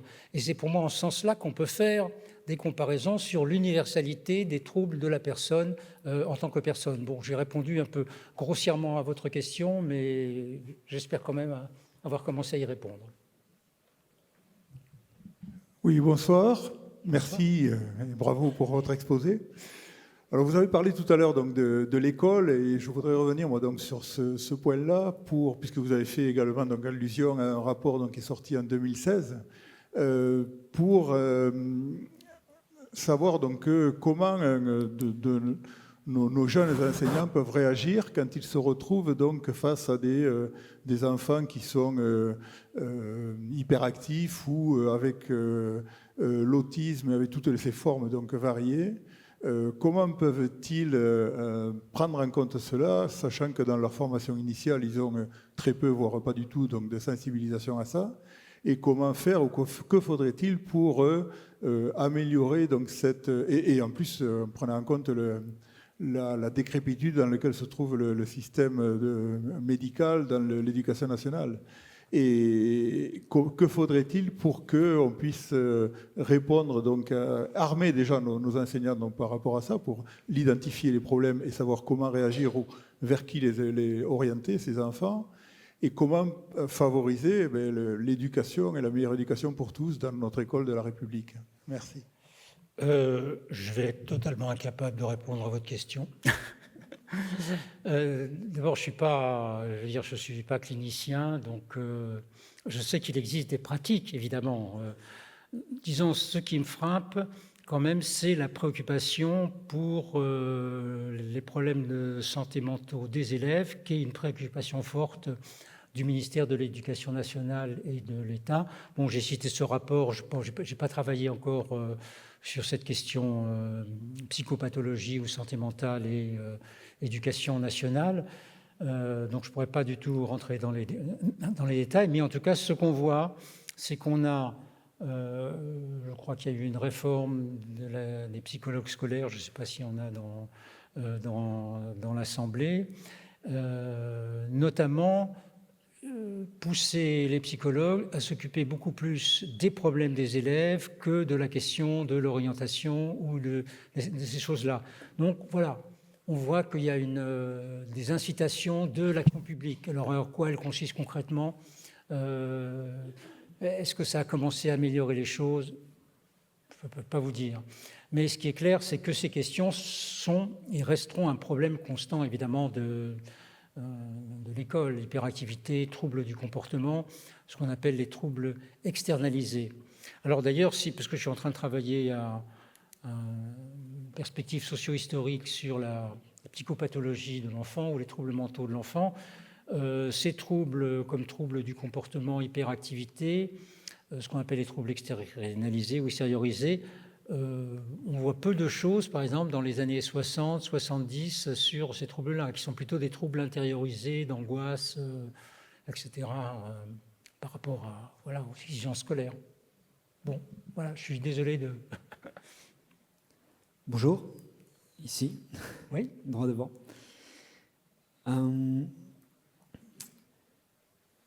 Je m'interrogeais sur les questions que couvrait votre conclusion.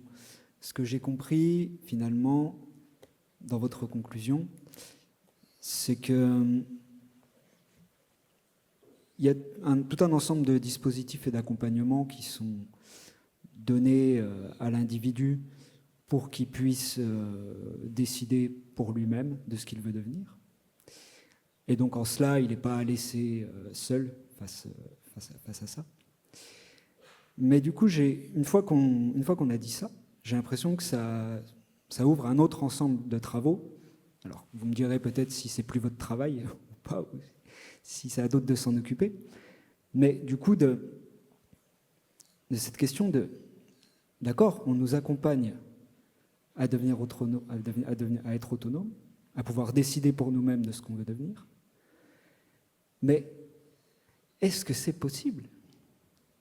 Est-ce que cette autonomie est possible ? Moi, j'ai l'impression que ce qui fait malaise, c'est pas tellement la capacité à vouloir devenir, mais la capacité à pouvoir devenir. oui. Et là, excusez-moi, je veux bien que vous soyez descriptif et que vous mettiez de côté les questions politiques, mais j'ai l'impression que c'est précisément un problème politique parce qu'il y a une hypocrisie de nos responsables politiques sur ce terrain-là, à nous faire croire que c'est possible, que quand on veut, on peut, alors que toute la société est organisée précisément pour que ça ne puisse pas être possible. Et qu'au final, les résistances de classe, de sexe, de race, entre guillemets, persistent. Et, bien qu'on veuille, on ne peut pas. Et du coup, on est renvoyé à cette responsabilité de ne pas pouvoir. Et j'ai l'impression que le malaise, il se situe surtout à ce niveau-là. Voilà. Oui. Quand on veut, on peut. Quand on veut, on peut. Quand on entend cette phrase, il faut tout de suite poser la question suivante. Quid des inégalités sociales ? Qui montre que ce n'est pas seulement une question de vouloir, quand même le vouloir est là, ce n'est pas une question de vouloir. Donc là, moi je renvoie à ce qui se passe dans l'action publique, de lutte contre l'inégalité, les inégalités, c'est plus ou moins bien, etc., etc. Voilà, il y a toutes les tensions aussi de comment ces nouvelles pratiques, je pense surtout à l'école, se mettent-elles en place. Bon, là, on a besoin d'enquêtes pour savoir comment ça se passe sur le terrain. Qu'on met un enfant qui a un handicap, un léger handicap mental dans des classes normales, donc l'inclusion, comment ça se passe, c'est compliqué, le personnel est-il, etc., etc. Donc toutes les questions qu'on peut poser sur la pratique. Donc, moi, je ne crois pas que les gens soient par principe abandonnés eux-mêmes. Certainement, il y a mais c'est pas la fin de l'action publique, c'est pas la fin de la société, c'est tout ce que je veux dire, et qu'on a simplement affaire à des tensions morales qui sont des tensions sociales en même temps, évidemment, auxquelles nous n'avions pas affaire auparavant, auxquelles nous sommes confrontés. Et donc, comment tout ça, le positif, le négatif, comment tout ça se mêle, quelles innovations dans les idées, dans les politiques publiques, etc. C'est plutôt ça mes questions. Et je dirais qu'au fond, on est dans une situation, peut-être que ça a un rapport avec votre remarque, quand on veut, on peut, ce qui me semble que, au fond, la névrose classique dont je parlais tout à l'heure, elle donnait forme à certaines tensions d'une société où la question commune était plutôt du type « que m'est-il permis de faire ?» La question de l'interdit. Aujourd'hui, ces nouvelles pathologies, donc narcissiques, étalémie, troubles du comportement, tout ce que vous voulez, ça renvoie à une question qui est un peu différente, qui est « que suis-je capable de faire ?» Donc voilà, c'est ce déplacement, moi, que j'essaye d'analyser, je l'espère, de manière réaliste, évidemment. Je l'espère, voilà.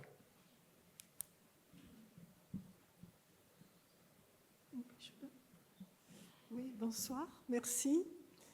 Je risque d'être maladroite. Bon, j'ai une certaine timidité.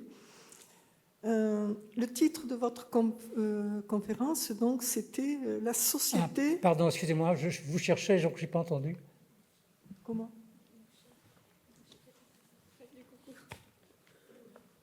Oui, ça y est, je vous ai vu. Vous m'avez entendu, là? Non. Oui, oui, bon.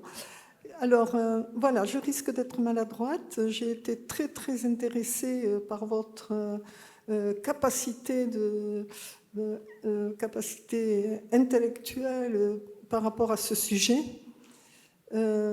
Personnellement, votre titre de cette conférence, c'est « La société du malaise ». Ben, moi, personnellement, par rapport à tout ce que je viens d'entendre, avec une très haute réflexion et réponse de votre part, moi, j'aurais appelé votre conférence « La société de la déshumanisation ». Je pense que la déshumanisation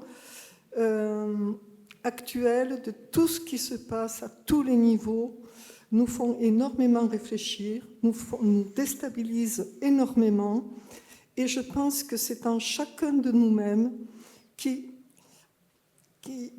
on devrait, enfin, c'est en chacun de nous-mêmes qu'il faudrait trouver la solution et surtout la réponse, sans être influencé et matraqué par tout ce qui se passe dans les hauts pouvoirs publics, et que ce soit dans les divers ministères et tout ça.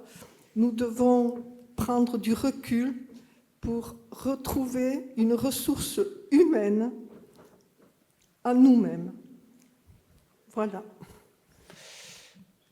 Ben, je ne sais pas quoi, parce qu'évidemment mon exposé ne va pas... je ne crois pas qu'on est dans le sens d'une déshumanisation, on est dans un autre type de question dans la société. Maintenant, chacun doit trouver les ressources en soi-même. Ce n'est pas à moi d'y répondre, c'est peut-être, puisque vous avez cette position, dites-nous comment. Je vous renvoie à la question. Bonsoir. Alors, par rapport à cette réflexion, je me manifeste.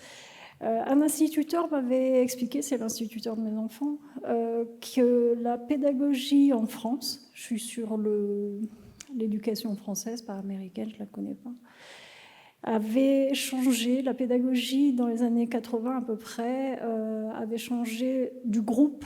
Avant, on apprenait à être conforme au groupe et on voit bien comment les anciens qui sont encore présents ont leur calligraphie. Et après, on a basculé sur une pédagogie qui était plus individualiste, où l'enfant devenait acteur et on lui demandait son avis. Donc on a complètement changé à l'inverse le focus de l'éducation au sein de l'éducation nationale, hein, je ne parle pas des familles. Et depuis les années 2000, moi c'est ma question que je surajoute, on a Internet qui arrive, donc on a une construction individuelle des enfants dans l'éducation nationale et familiale qui change sur une individuation. On se surajoute Internet depuis les années 2000 et de plus en plus actuellement. Comment vous mettez votre débat avec ce surajout d'Internet vis-à-vis de la santé mentale ? Bon, alors, Là-dessus, je n'ai pas énormément de choses à dire, sauf que c'est devenu évidemment une question de santé mentale, tout le monde en parle, etc. etc. Donc la régulation d'Internet et des écrans, voilà, c'est un souci majeur. Et alors, à travers les questions d'addiction aux écrans, il y a toute une série de problèmes psychopathologiques sur lesquels je ne peux pas du tout me prononcer. Ce que je constate, c'est évidemment, comme tout le monde, que c'est un nouveau sujet majeur de la santé mentale. Les réponses apportées là-dessus, on voit qu'elles sont compliquées. On a vu les débats récemment. À partir de quel âge avoir un portable, pouvoir commencer à regarder des écrans, avoir accès aux réseaux sociaux. Tout ça fait l'objet de discussions extrêmement délicates où peut-être qu'il y a parfois des positions tranchées, mais on est dans une grande incertitude devant cette nouveauté. Voilà, je peux vous faire qu'une réponse très, très générale.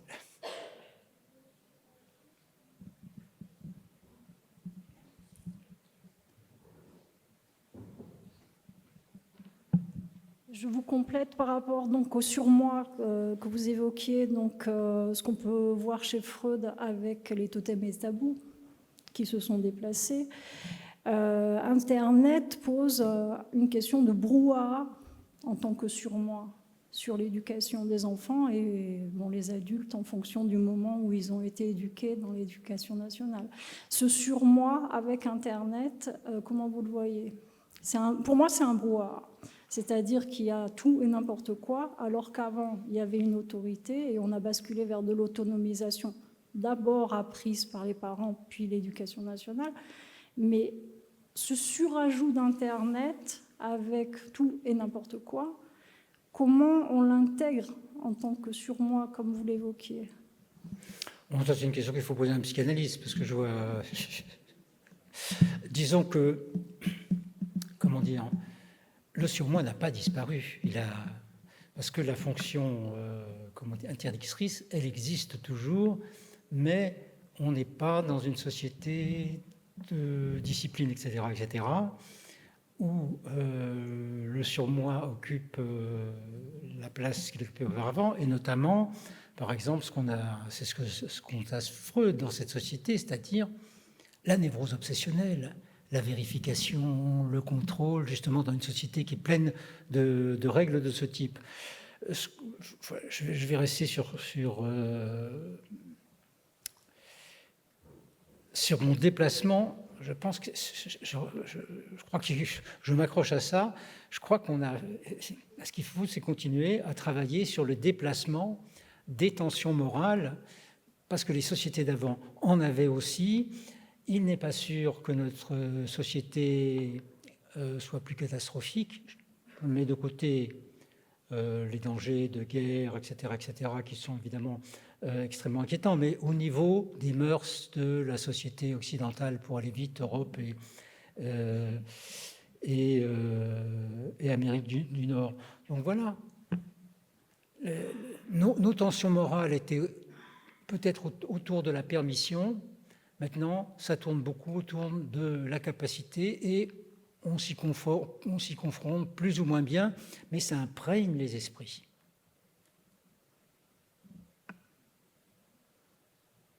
Bon.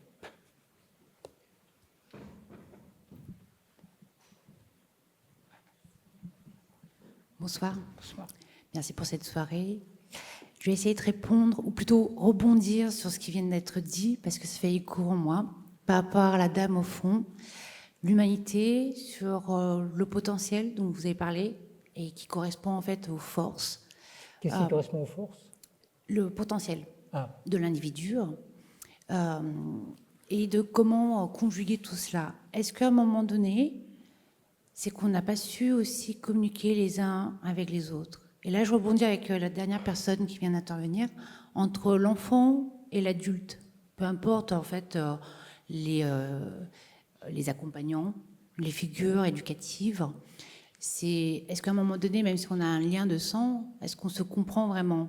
Est-ce qu'on reconnaît le potentiel de l'autre.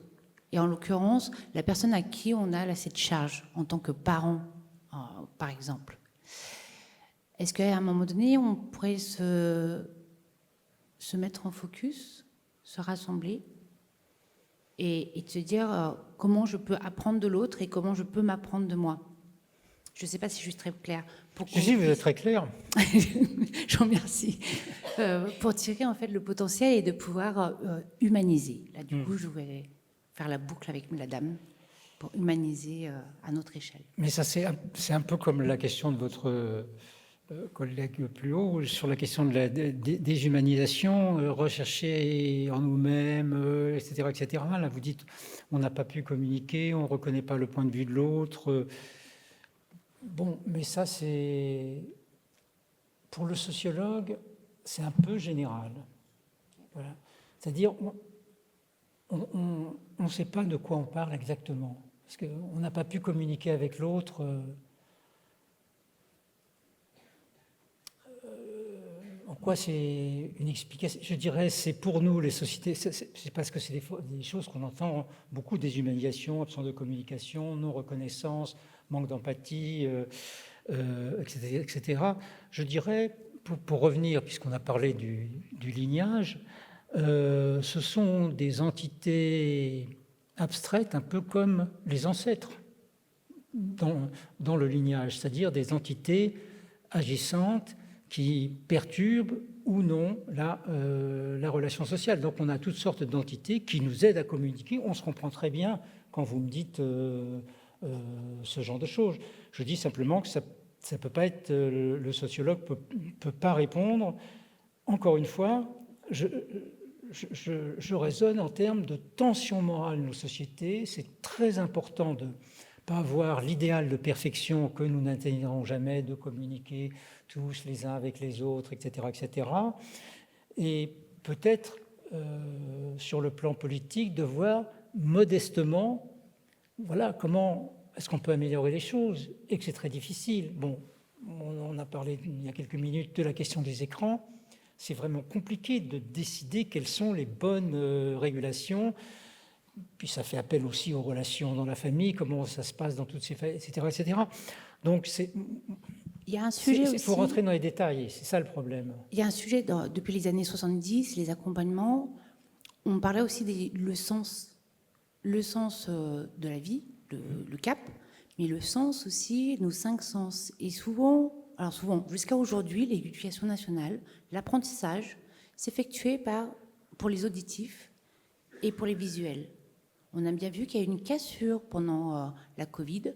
Les enfants qui étaient en CP, en l'occurrence, dans leur apprentissage, d'avoir vu un masque, ne pas pouvoir accompagner le son et l'articulation, font qu'aujourd'hui, ces enfants-là, qui sont quand même en deuxième cycle, en CM1, CM2, et ils font des fautes d'orthographe assez importantes. Alors plus que la moyenne, à mon sens, à cause de cet apprentissage qui était un peu difficile. Est-ce qu'aujourd'hui, on ne peut pas se dire on réinvente, ou même pas on réinvente, on améliore dans la continuité, puisqu'à un moment donné, dans les années 80, il y avait cette éducation par l'expérimentation, et c'était par rapport à la nature, donc le potentiel de chaque individu. Est-ce qu'aujourd'hui, cette remarque-là, est-ce que la diversité des individus ne pourrait pas être exprimée dès sautéros, quoi? C'est pas une question pour le sociologue. Là, on reste un peu dans les mêmes, dans vos mêmes préoccupations. Je ne dis pas que vos préoccupations sont pas justes, mais c'est pas des questions auxquelles je peux répondre. Comment faire d'une manière si générale? Je pense que l'action publique, la politique, c'est plutôt des petits pas. C'est jamais de grandes révolutions où on va. Donc c'est décevant. Si, c'est décevant. Et je veux dire, la sociologie est décevante aussi parce qu'elle n'apporte pas de réponse à ces questions. Elle dit, non, c'est un peu plus compliqué, je vais vous dire pourquoi. Alors j'espère que j'ai un peu réussi, au moins un petit peu réussi.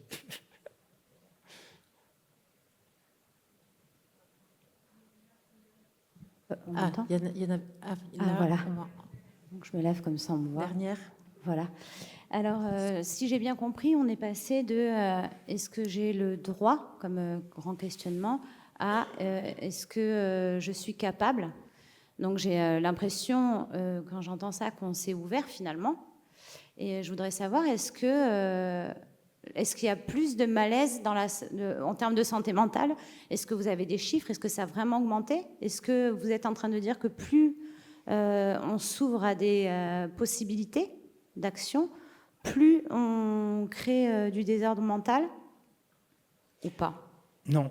Je dirais, nous avons changé de culture du malheur intime. J'insiste sur la même chose, sur les transformations des tensions morales. Voilà, c'est une affaire de changement, de tension, de type de problème. À un moment, quand j'ai écrit un livre sur l'histoire de la dépression, et j'ai travaillé sur des matériaux psychiatriques entre les années 30 et les années 90. Et par exemple, j'ai vu plusieurs fois, dans les années 30, des médecins généralistes qui disent « nos cabinets sont remplis de douteurs, d'inhibés, d'hystériques ». On aurait dit aujourd'hui, on aurait utilisé un autre vocabulaire. Mais les médecins sont démunis de moyens d'action. On est avant les médicaments psychotropes, Freud est à peine connu en France, les thérapies comportementales n'existent pas du tout, etc., etc. Donc, je ne veux pas dire que la dépression et l'angoisse sont des caractéristiques humaines. Mais c'est donc, je ne veux pas dire que notre société crée, au sens causal du terme, ce désordre, mais elle a aujourd'hui, c'est devenu, justement, avec la santé mentale, ces questions-là sont devenues un langage commun au travers lequel aussi nous-mêmes nous exprimons nos difficultés, nos doutes, etc., etc., et pour lesquels il existe de multiples moyens d'agir. Ah oui, vous m'avez posé une question concernant les statistiques, vous en trouvez facilement sur... allez voir par exemple Santé publique France, ils ont des choses de santé mentale. Les troubles de santé mentale, les pourcentages sont extrêmement importants. Je n'ai pas vu les derniers chiffres, je vous indiquais simplement en moyenne les chiffres au niveau de l'Union européenne, 25%, etc., etc. Mais les chiffres sont très importants et semble-t-il, particulièrement concernant les jeunes et les enfants, ils ont augmenté depuis la pandémie. Voilà, je peux répondre sur ce point-là. Mais maintenant, c'est un objet qu'on traite socialement, ce n'est pas un mystère. C'est un objet qu'on traite socialement, c'est un objet commun. Donc, de cette manière, on considère qu'il est, dans nos sociétés, oui, il est normal, au fond, d'avoir des problèmes mentaux. Encore que la question de la déstigmatisation, particulièrement pour la prise en charge des psychoses, c'est un thème qu'on revoit régulièrement. Évidemment, cette question de la déstigmatisation, elle ne se posait pas quand le patient psychiatrique vivait 10 ou 20 ans à l'hôpital, puisqu'il n'était pas dans la cité. C'est parce que précisément le patient psychotique vit aujourd'hui dans la société que cette question de la déstigmatisation et donc de l'acceptation aussi de la diversité et de l'incapacité est une question importante dans le soin psychiatrique. Voilà. Donc tout ça bouge un peu en même temps. Les sociétés sont un peu des systèmes d'interdépendance. Voilà. On n'a plus le temps de prendre des questions. Non, en fait, on a un timing. Je suis désolée, mais on a un timing. Je signale que c'est très rare qu'il y ait autant de questions dans une conférence. Alors, il reste 4 minutes avant 20h. Il faudrait qu'on soit sorti de ça à 20h parce que ça laisse 1 heure aux personnes qui restent pour la suite. Désolée, mais il faut qu'on respecte aussi le timing. Donc, je vous laisse 4 minutes.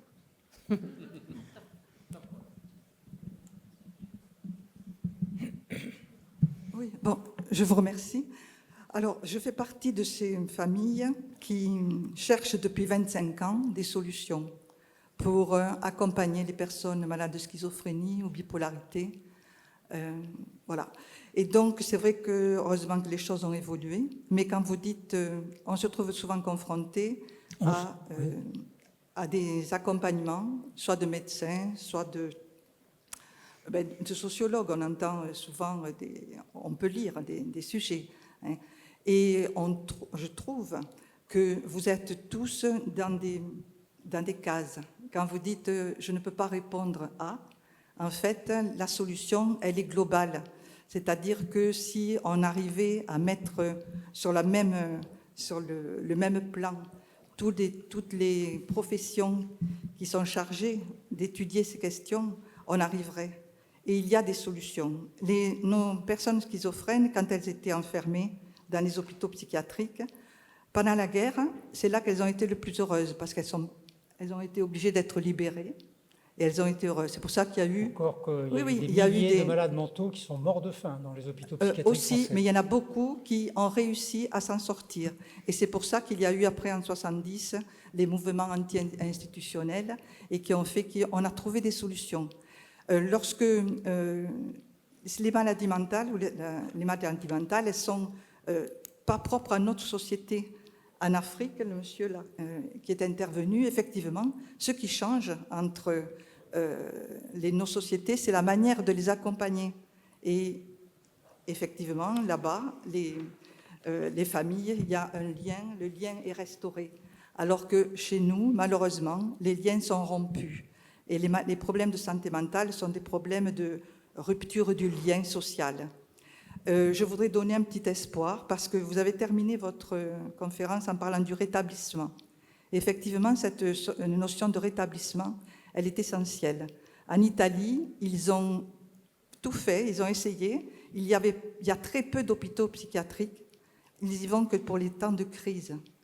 Les personnes sont à l'extérieur, les familles sont accompagnées, mais il y a un processus d'accompagnement qui, dès l'hôpital, ils savent quand ils vont sortir qu'il va y avoir un accompagnement, peut-être un métier, etc. Oui. Donc, je voudrais donner de l'espoir et pas dire que... Mais la solution ne peut être que collective.